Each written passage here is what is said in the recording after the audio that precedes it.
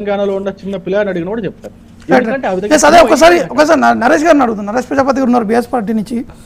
నరేష్ ప్రజాపతి గారు, నిన్న మీ పార్టీకి సంబంధించినటువంటి నేతలు కొంతమంది స్పందించారు. కవిత అరెస్ట్ని కూడా ఖండిస్తూ నిరసన కార్యక్రమం కూడా పిలిపించినటువంటి పరిస్థితి నెలకొంది. కానీ బీజేపీ పార్టీ ఒకటి చెప్తున్నారు, ఆల్రెడీ వారి దగ్గర ఈడీ దగ్గర పూర్తి స్థాయిలో ఆధారాలు ఉన్నాయి కాబట్టి నిన్న ఈ యొక్క సోదాలు జరిపారు. కానీ బీజేపీకి దీనికి ఎటువంటి సంబంధమే లేదు అనేది స్వయంగా అమిత్ షా ఒక కార్యక్రమాన్ని కూడా చెప్పడం జరిగింది. రెండు నాలుకల తోరని ఇప్పుడే కనబడతా ఉంది. రెండు నాలుకల తోరలు ఏ రకంగా ఉందంటే, బీజేపీతో మాకు సంబంధం అని చెప్పి రవి గారు మొదట్లో చెప్పారు.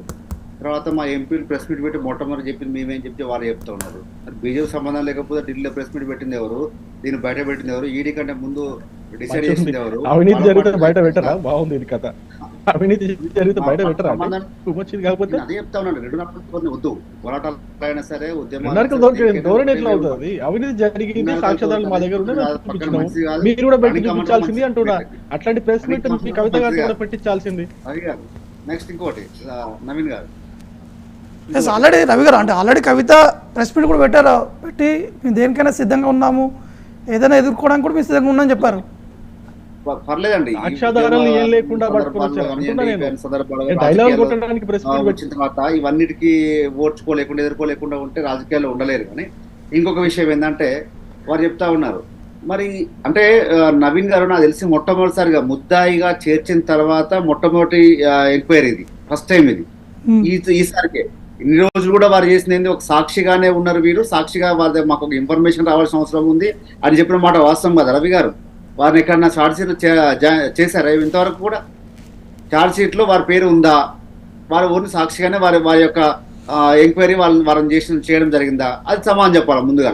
ఇన్ని రోజుల వరకు కూడా వారు సాక్షిగా తీసుకోవాలి.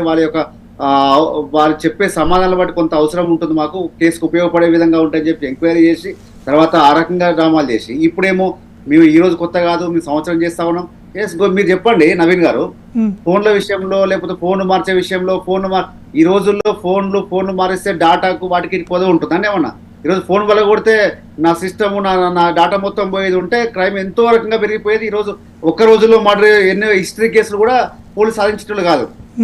ఏదో ఒకటి నెపం నెట్టాలి, ఏది పడుతుంది మాట్లాడాలి, ఏది పడుతుంది చెప్పాలి.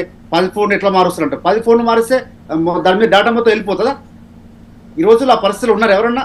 చిన్న పిల్లగాడైనా తెలుస్తుంది ఈ రోజు డాటా ఏం ద్వారా, ఎవరి వాటి ద్వారా ఎక్కడ పోతుంది, ఏ డాటా వాడుతుంది, వాట్సాప్ ఏంది, వాట్సాప్ మెసేజ్ ఏంది, ఇవన్నీ తెలుసుకునే సదుపాయాలు మన దగ్గర ఉన్నాయి.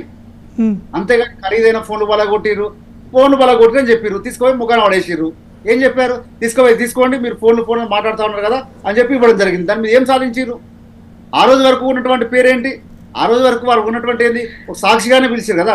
తర్వాత మీరే ముద్దాయిగా జాయిన్ చేసి ఎలక్షన్లు రేపు అనంగా ఈ రోజు అరెస్ట్ చేస్తారు. ఇదన్నీ సంకేతాలు దేనికి పోతాయి?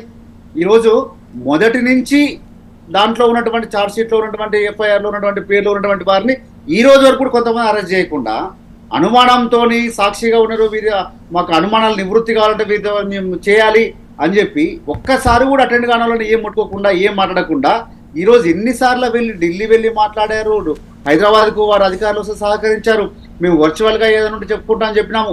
ఇన్ని చెప్పినా కూడా కవిత గారు అరెస్ట్ చేయడానికి మర్మం ఏంటో వారు చెప్పాల్సిన అవసరం ఉంది. కేవలం ఎలక్షన్ల కోసము కాంగ్రెస్ పార్టీ క్లియర్ గా చెప్తున్నారు కదండి. అక్కడ సాక్ష్యాధారాలు దొరికినాయి కవిత గారికి అగైనెస్ట్ గా, అందుకే అరెస్ట్ చేస్తున్నాము. ఆవిడ అరెస్ట్ చేసిన తర్వాత ఇంకా చాలా విషయాలు బయటకు వస్తాయి, ఇంకెవరెవరు ఇన్వాల్వ్ అయి ఉన్నారో అందుకే అరెస్ట్ చేస్తున్నాం క్లియర్ గా చెప్పారు.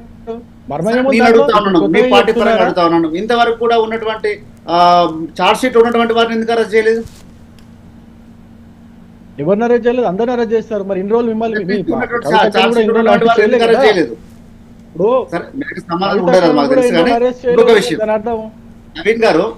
అంటే నరేష్ గారు వారు చెప్పేది ఏంటంటే, ఇది కేవలం కావాలని చెప్పి ఒక సెంటిమెంట్ తోటి ప్రజలకు వెళ్ళాలని చెప్పేసి బీఆర్ఎస్ పార్టీ భావిస్తుంది, ఏదో క్రియేట్ చేద్దామని చెప్పి ఆలోచిస్తున్నారు అనేది వారు చెప్తున్నారు. బీజేపీ కావచ్చు, కాంగ్రెస్ పార్టీ కావచ్చు. తెలియదే ఉందండి. ఒక బీజేపీ పార్టీని కాదు, గతంలో కాంగ్రెస్ పార్టీ అయినా ఇప్పుడు ఉన్నటువంటి బీజేపీ పార్టీ అయినా సిపిఐల్ని, ఈడీలని, ఐడీలని ఏ రకంగా వాడుకుంటుంది మనకు కొత్తనండి. ఈరోజు దేశ ప్రజలందరికీ కొత్తనా ఏమన్నా? వారి అవసరాల కోసం ఏ రకంగా వాడుతుంది? ఒక పార్టీ అంటలేను, ఈ వ్యవస్థ ఆ రకంగా ఉన్నటువంటి వాటిని ఆ రకంగా వాడుకొని బెదిరింపులకు ప్రభుత్వాలను ఏ రకంగా పడగొట్టాలి, మన ప్రభుత్వం ఏ రకంగా అధికారం రావాలి, ఇవి చేసే క్రమంలో ప్రాంతీయ పార్టీలు ఏ రకంగా కనుమరుగు చేయాలి, లేకపోతే నాయకులు ఎవరైనా ఎదురు మాట్లాడితే వాళ్ళు ఏ రకంగా కన్వర్ చేయాలి, ఎక్కడ ఈడీ నోటీసులు వస్తాయి, ఐటీ నోటీసులు వస్తాయి, తర్వాత వచ్చి ఎవరి పార్టీలో జాయిన్ అయితే నాట్ ఓన్లీ బీజేపీ నరేష్ గారు జాయిన్ అయితే వారు చెప్పిందంతా కూడా కేసీఆర్ గారు చేశారు తన ముఖ్యమంత్రి వార్షిక కోట నిర్మలకి అయిపోతారు, ఇతర కాంగ్రెస్ అయితే వారు పార్టీలు వార్షిక కోట నిర్మలకి అయిపోతారు. ఇతర రేవంత్ రెడ్డి గారు పార్టీలు ఏ విధంగా ముఖ్యమంత్రిగా చేయాలి? ఉన్నటువంటి గౌరవ అన్ని చేసినాయి, ముఖ్యమంత్రిగా మీరు ఉన్నటువంటి చేసినాయి ఇవన్నీ. రేవంత్ రెడ్డి గారు ఓటు నోటు కేసుల నుంచి కాంగ్రెస్ పార్టీ రాగానే వారు మంచిగా అయిపోయారు. సుజనా చౌదరి వీళ్ళకు నోటీస్ వచ్చి ఆ తర్వాత బీజేపీ పార్టీ రాగానే వీళ్ళు మంచిగా అయిపోయారు. ఇది మన దేశంలో ఉన్నటువంటి రాజకీయ పరిస్థితి. అంటే మీరు అన్నట్టు అంటే పార్టీ కంటే కప్పుకుంటే ఎటువంటి మచ్చ ఉండదు అంటారా? దానికి ఎగ్జాంపుల్ చెప్తున్నా కదా, లేదు వాళ్ళ దగ్గర ఉంటే చెప్పమని చెప్పండి. ఈడీ నోటీసులు వచ్చినటువంటి 400 మంది ఈరోజు వారి పార్టీలో ఉన్నారు. వారు ఏమన్నా ఒక్క అడుగు ముందుకేసిందా? మరి ఎందుకు చట్టం తన పని తను ఎందుకు చేసుకోలేకపోతుంది వారి విషయంలో? ఓన్లీ ప్రతిపక్షాల విషయంలో, ఎదురు మాట్లాడిన వారి విషయంలో, రైతుల గురించి మాట్లాడిన వారి విషయంలో మాత్రం ఎందుకు చట్టం తన పని తను చేసుకోలేకపోతుందో రవి గారు అని చెప్పాలి. Yes, okay. ఎస్, మనతో పాటు రాజేష్ గారు ఉన్నారు, అడ్వకేట్ రాజేష్ గారు. గుడ్ మార్నింగ్ అండి. ఎస్, ముఖ్యంగా మొన్న రీసెంట్గా చూసి